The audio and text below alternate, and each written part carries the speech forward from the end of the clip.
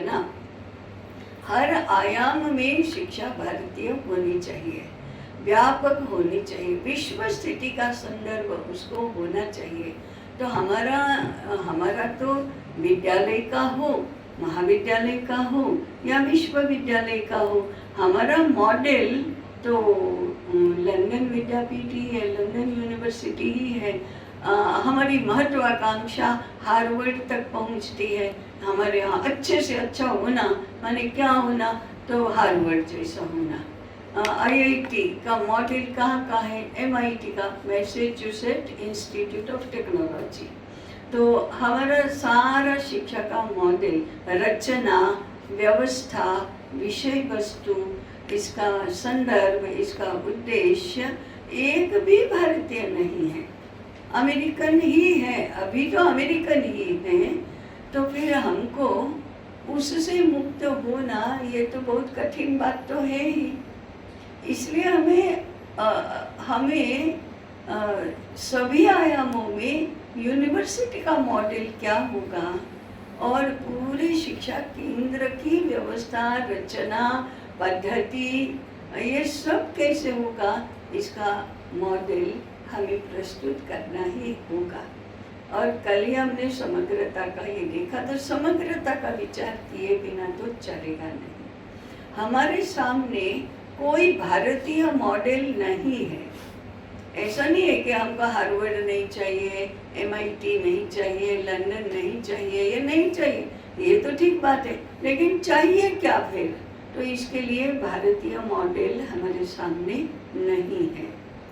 हम गुरुकुलों की बात करते हैं, आश्रमों की बात तो करते हैं, विद्यापीठ भी हमारे यहाँ हुए हैं, परंतु तक्षशिला आज से 2500 वर्ष पहले की है, नालंदा उसी की समकालीन है, वल्लभी अभी 15वीं 16वीं शताब्दी तक की है।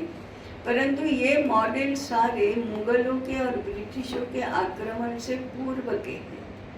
उसके बाद तो नदियों में बहुत पानी बह गया, मुगलों का आक्रमण और ब्रिटिशों का आक्रमण, उसमें सारी व्यवस्थाएं, सारी साधन सामग्री, सारी पद्धति, सारी स्मृति सब नष्ट हो गया। कोई डॉक्यूमेंट्स भी नहीं है, न तक्षशिला के हैं, न वल्लभी, गुणशिला, विक्रमशिला आदि के हैं।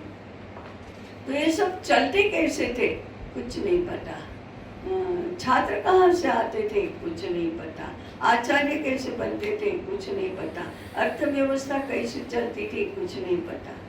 अब तक्षशिला का ही नहीं पता है तो उससे भी 2500 वर्ष पूर्व, 4000 वर्ष पूर्व जो महाभारत कालीन गुरुकुल चलते होंगे, शौनक ऋषि के गुरुकुल की बात हम करते हैं, जहाँ 88,000 ऋषि 12 वर्ष तक आए गए रहे, ये सब किया।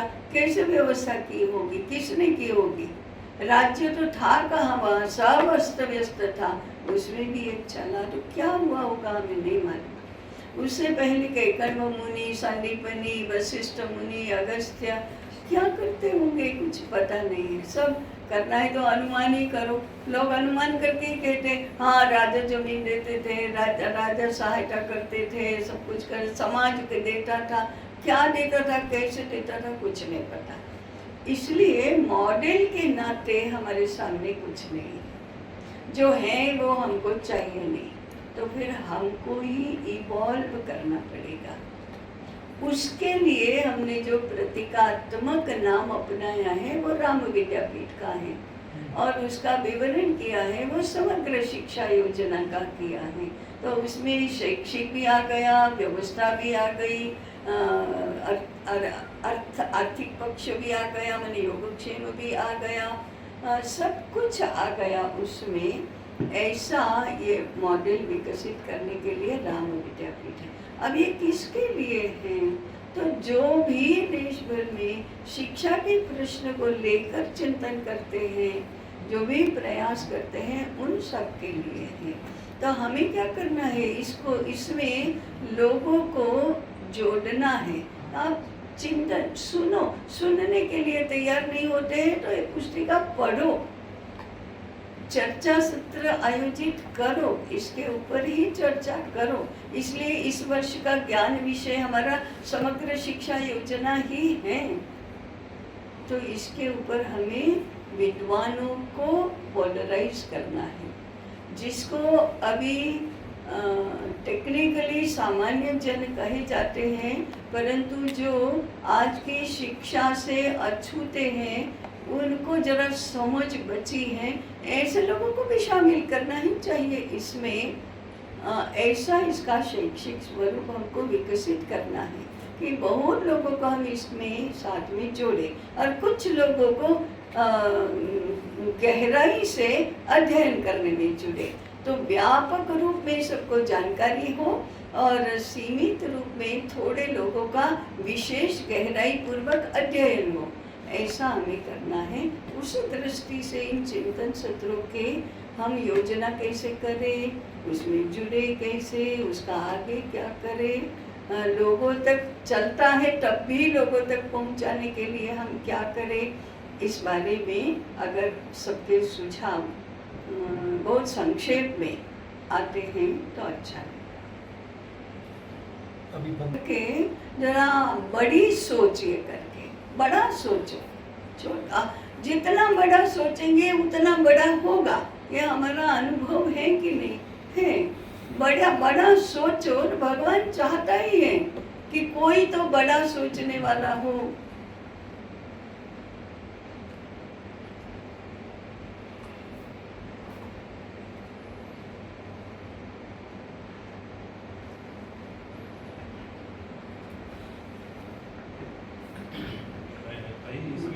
व्यास विद्यापीठ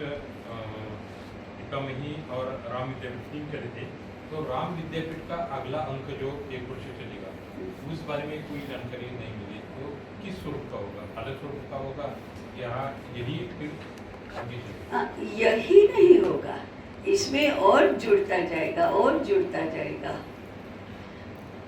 जैसे हमारे उच्च शिक्षा के केंद्र है, क्या स्वरूप होगा। राम विद्यापीठ में अभी शुरू तो किया था थोड़ा थोड़ा कि भाई हमको ज्ञान क्षेत्र में, कल भी बात कर रहे थे, ऋषि चाहिए। कैसे आएंगे ऋषि, किसको किसको क्या क्या करना पड़ेगा कि ऋषि का अवतरण हो, ये राम विद्यापीठ का विषय है। कल आचार्य की बात आपने सुनी, ऐसे आचार्यों का निर्माण कैसे होगा। आज देश भर में आचार्य कहे जाने वाले बहुत लोग हैं, है ना, धर्माचार्य भी हैं, पीठाधीश जो सारे हैं वो भी आचार्य हैं। विद्या भारती तो शिशु वाटिका की दीदी को भी आचार्य कहती है, तो आचार्य तो बहुत है। तो ये सारे आचार्य जो जैसे चाहिए वैसे कैसे बनेंगे, तो ये भी विषय आएगा।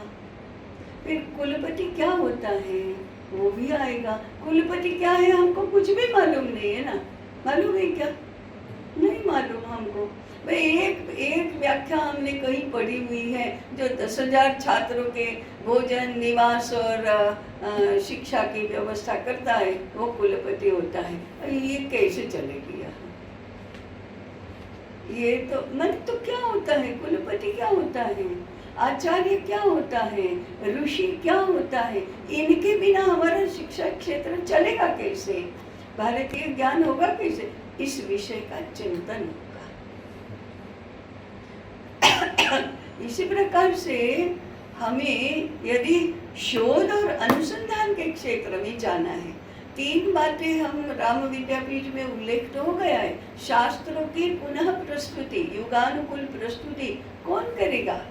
अभी तो नई स्मृति बनाने की आवश्यकता है, ऐसा बहुत लोग कहते हैं। हमने एक संघ की प्रतिनिधि सभा में लगभग 25 वर्ष पूर्व सुना था, माननीय अशोक सिंघल जी सब जगह कहते थे, आज ये सारे धर्माचार्यों को लेकर आज की नई स्मृति का निर्माण करने के लिए प्रवृत्त करो।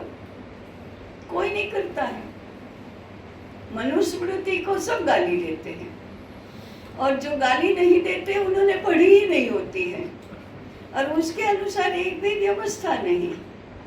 तो स्मृति तो आज के काल की होनी चाहिए। कौन करेगा, राम विद्यापीठ में होगा स्मृति रचना। शास्त्रों की पुनः प्रस्तुति, शोध और अनुसंधान कौन करेगा? आज तो शोध और अनुसंधान के नाम पर कुछ भी भारतीय नहीं है, एक अक्षर भी भारतीय नहीं है, तो कैसे होगा? वो विषय इसमें आएगा कि क्या उसकी योजना, क्या कैसे करना तैयारी, रिसर्च इंस्टीट्यूट कैसा होगा, ये आएगा। फिर इसके लिए छात्रों की तैयारी, तो वो तो फिर 5 वर्ष के होंगे तभी से होनी होगी, 3 वर्ष के होंगे तभी से होनी होगी। तो आचार्य बनना है, ऐसे लोगों की शिक्षा कितने वर्ष के, कितनी आयु में शुरू हो जानी चाहिए? गुरुकुल संकल्पना में तपोवन गुरुकुल करके एक विभाग है, वो शुद्ध आचार्य बनने के लिए है। तो आचार्य बनने के लिए उसकी आयु 8 वर्ष की होगी, तब से तो अध्ययन शुरू करना होगा। उसके लिए गुरुकुल कैसा होगा? जिसको आचार्य, जिसको वैद्य बनना है उसके लिए, जिसको मंत्री बनना है, जिसको प्रशासनिक अधिकारी बनना है, उसकी शिक्षा भी 8 वर्ष की आयु में शुरू होगी। सेनापति बनना है, उसकी भी 8 वर्ष की आयु में शुरू होगी। 12 वर्ष का शिक्षा क्रम होगा, तब जाकर वो आचार्य बनने के लिए प्रवृत्त होगा। तो ये क्या होगा, कैसा होगा, इसकी चर्चा इसमें आएगी। तभी तो कोई देश के लिए मॉडल बनेगा। कुछ तो कागज पर प्लान तो होना चाहिए ना। जैसे हम बहुत बड़ा बिल्डिंग बनाना है हमको, तो कागज पर प्लान होता है कि नहीं? होता है ना। सेंट्रल विस्टा बनाया तो कागज पर प्लान तो होगा ना पहले, कि नहीं? प्लान तो होगा ना। हाँ, तो फिर आपको यदि पूरे देश भर के लिए विद्यापीठ बनाना है तो प्लान तो चाहिए। अभी आप जो कह रही योजना, तो मन में एक योजना आती रही कि धर्मपीठ को इकट्ठा करना, ये हाँ, कितना बड़ा चुनौतीपूर्ण काम है। लेकिन सपना देखना तो नहीं, सपना देखना नहीं, उनके साथ बात करना, उनके साथ बात करना, उनको ललकारना। आइए जरा, ये आपका क्षेत्र है। विद्वत गोष्ठी का तो अनुभव हमेशा रहा ही है। तो ऐसी धर्मपीठ की भी गोष्ठी होगी और पुनरुत्थान स्मृति हो जाए। हाँ बिल्कुल। तो ये काम तो राम विद्यापीठ का है। धर्माचार्यों को हमने नहीं जोड़ा है ऐसे नहीं। विपुल भाई, नासिक का जरा ज्ञान को बताओ। नासिक में हमने 2013 में शायद, हाँ, जो जब कुंभ था, कुंभ नासिक में, इस समय हमने धर्माचार्यों का ज्ञान यज्ञ किया था वहाँ पर। तो इसमें देश भर से बहुत सारे संत, जो प्रतिष्ठित संत हैं, वो सब आए थे इसमें। सोनगिरी जी महाराज थे, गोविंद गिरी जी महाराज भी आए थे। गोविंद गिरी जी महाराज भी थे। दूसरे मैं जानता नहीं, परंतु बड़े बड़े आए थे संत पूरे देश भर से इसमें आए थे। और वहाँ के लगभग 200 से ऊपर प्रतिष्ठित सब उपस्थित थे वहाँ पे नगर चलो इस महाकुंभ में। तो हमने किया था। और एक ताई हमने गांधीनगर में किया था। गांधीनगर वो छोटा था, परंतु इसमें भी ऐसे संत और विद्वजन दोनों का एक वर्ग हुआ था वहाँ पे, जिसमें रविंद्र गुरु जी आए थे, गोविंद गिरी जी महाराज भी थे इसमें, और वो भी आए थे। मुंजका आश्रम के स्वामी परमात्मानंद जी आए, वो भी उपस्थित थे। और रामचंद्र जी बेंगलोर के वेद विज्ञान गुरुकुल के, वो भी थे। ऐसे प्रतिष्ठित लगभग 14 लोग थे इसमें, जो गांधीनगर में, वो छोटा था। नासिक में हुआ वो ज्ञान यज्ञ बड़ा था, 200 लोगों का। इसमें 200 लोगों का। अभी 2027 में तैयारी तो शुरू हुई महाराष्ट्र में, तो कुछ प्रस्ताव दे सकते हैं तो ठीक है, कैसे हो सकता है? हाँ, मैंने आपने तो राम विद्यापीठ का पूछा ना, इसलिए मैंने बताया। हमने नासिक में 4 वर्ग के लोगों को इकट्ठा किया था। एक धर्माचार्य, दूसरे जनप्रतिनिधि, माने सरकार की ओर से वो भी तो शिक्षा का सारा नियंत्रण तो उधर है। तीसरे हमारे शैक्षिक संगठनों के, और चौथे विश्वविद्यालयों के। ऐसे 4 प्रकार के लोगों को इकट्ठा किया। क्यों? सबका कंसर्न है ना शिक्षा। तो हमने सभी जो धर्माचार्य थे उनको तो विशिष्ट मंच पर स्थान दिया था। उनमें से सोमगिरी जी महाराज ने कहा कि आप ऐसा क्यों मानती हैं कि भगवे कपड़े पहने हैं वे ही धर्म जानते हैं। सभागृह में भी ऐसे बहुत लोग हैं जो धर्म को जानते हैं, और मंच पर बैठे हैं उसमें ऐसे लोग भी हैं जो बिल्कुल नहीं जानते। तो बात तो ठीक है। तो आपने जो कहा ना, वो प्रयास हमारे पहले भी हुए हैं, अभी भी होंगे। अभी स्मृति का विषय लेकर ये आगे होगी। ताई, अभी आपने बोला ना जो नासिक में जो कुंभ में हुआ था, तो 4 अलग कैटेगरी के थे। एक धर्माचार्य थे, एक शासकीय सन्यासी हो गए, एक आपके शासकीय जो है, तीसरा वो क्या बोला आपने? शैक्षिक संगठन और विश्वविद्यालय। शैक्षिक संगठन जैसे ये भारतीय शिक्षण मंडल, शैक्षिक महासंघ, इतिहास संकलन योजना, विद्या भारती, ऐसे लोग संघ के शैक्षिक संगठन। हाँ, क्योंकि उनका देशव्यापी है ना वो। और विश्वविद्यालय मतलब ये जो जितने भी जो शिक्षक जो गण होंगे। हाँ, शिक्षक नहीं थे, उनके वरिष्ठ लोग। इनके शिक्षकों की संख्या 1.5 लाख है, शिक्षक कहाँ से होंगे? और लेकिन जो नीति निर्धारण करते हैं, चिंतन करते हैं, अनुसंधान करते हैं, ऐसे लोग चाहिए ना।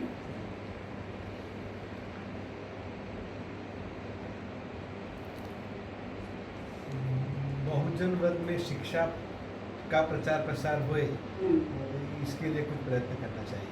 हाँ, बिल्कुल करना चाहिए। तो हमें पहले चरण में ऐसा काम करने वाले लोगों को तैयार करना चाहिए। करने वाले लोग तो चाहिए ना। हमें साहित्य विषय चाहिए, साहित्य चाहिए, और वो करने वाले लोग चाहिए। तो लोग तो सुनने के लिए तैयार हैं, सुनाने वाले लोग चाहिए। तो ताई, ये जो 5 तप जो है जिस सीरियल में आते हैं, उस सीरियल में वो होना नहीं चाहिए ना। जैसे नैमिषारण्य के बाद लोकमत परिष्कार बोल रहे हैं, तो परिष्कार करने के लिए तो शिक्षक मतलब आचार्य होने चाहिए जो करेंगे। तो जो 4थे नंबर पे आता है वो दूसरे में आना चाहिए, नहीं ऐसा? क्योंकि पहले तो बुक्स हो जाने चाहिए, और जो पोलराइजेशन ऑफ जो विद्वान सब हो गए, सब बन गए, अब अध्यक्ष मतलब आचार्य बन जाएंगे। फिर जो आचार्य बनेंगे वो फिर या तो कुटुंब की तरफ जाएंगे, वे कुटुंब ठीक करें, या तो लोग मत परिष्कार करें। और जब ये जब हो जाएगा तो फिर विद्यालय का भी निर्माण हो जाएगा। ऐसा होना चाहिए नहीं? हाँ, हमने ये जो नैमिषारण्य जब था, उसका दूसरा चरण क्या था? 12 वर्ष तक तो देश भर के आचार्यों ने मंथन किया, नया मैनुअल तैयार किया। फिर उसके बाद वे ही तो देश भर में गए और सर्वजन समाज को ये सब समझाया। लोकमत परिष्कार होगा, दोनों काम साथ साथ में होते। देखो, इसलिए हमारी भी 5 तपों की योजना में एक के बाद एक है और 5 एक साथ है। ये आपने पढ़ा है उसमें कि समझो हमारी 100% शक्ति है, तो एक तप में 50% शक्ति, जैसे लोकमत परिष्कार है, 50% शक्ति तो लोकमत परिष्कार के काम में जाएगी, परंतु शेष 50% में बाकी 4 भी होंगे। नहीं तो एक के बाद एक केवल करते रहेंगे तो नहीं होगा, परंतु बाकी 4 भी होंगे। ऐसे एक के बाद एक और एक साथ सब, ऐसी नीति पे ही हम चलते हैं। अभी भी कुटुंब शिक्षा का हो ही रहा है ना, अभी भी शिक्षक निर्माण का हो ही रहा है, परंतु मुख्य क्या है? लोकमत परिष्कार। अभी गोष्ठियाँ और ये सब अब तक अधिक क्यों हुई? तो नैमिषारण्य का तप प्रमुख है, इसलिए वही होगा। उसके साथ साथ आचार्य निर्माण तो होगा भी। ऐसा पांचों एक के बाद एक और पांचों एक साथ ऐसे होगा। सबका स्वरूप पूरा हो जाए। सर्वजन समाज जब तक अनुकूल नहीं है तब तक कुटुंब सुदृढ़ीकरण भी नहीं हो सकता। केवल आपका एक कानून कितना आड़े आता है और एक शिक्षा का एक सूत्र कितना आड़े आता है। कानून है मैरिज इज एन एग्रीमेंट, कितना आड़े आता है। और समाज शास्त्र व्यक्ति केंद्रीय समाज व्यवस्था की बात करता है, सोशल कॉन्ट्रैक्ट थियरी पर चलता है, कितना आड़े आता है। सर्वजन समाज की व्यवस्था, व्यवहार, मानस सब व्यक्ति केंद्रीय है। नौकरी क्या कहीं कुटुंब को मिलती है या व्यक्ति को मिलती है? व्यक्ति को मिलती है। कानून व्यक्ति को लागू होता है कि कुटुंब को? व्यक्ति को। फिर ऐसी अगर व्यवस्था है तो फिर आपका कुटुंब केंद्रीय समाज रचना होगी कैसे? तो समाज व्यवस्था पूर्ण लोक व्यवस्था है, वो अनुकूल होगा तो कुटुंब सुदृढ़ीकरण होगा। ऐसा समाज होगा, ऐसे कुटुंब होंगे तो ऐसे शिक्षक आएंगे जो अपने बलबूते पर सब कुछ करेंगे। नहीं तो सारी दुनिया भी विरुद्ध जा रही है। कोई शिक्षक अपने बलबूते गुरुकुल करेगा कैसे? अभी इक्के दुक्के क्यों कर रहे हैं? वो विशिष्ट है, इसलिए विशिष्ट किस रूप में?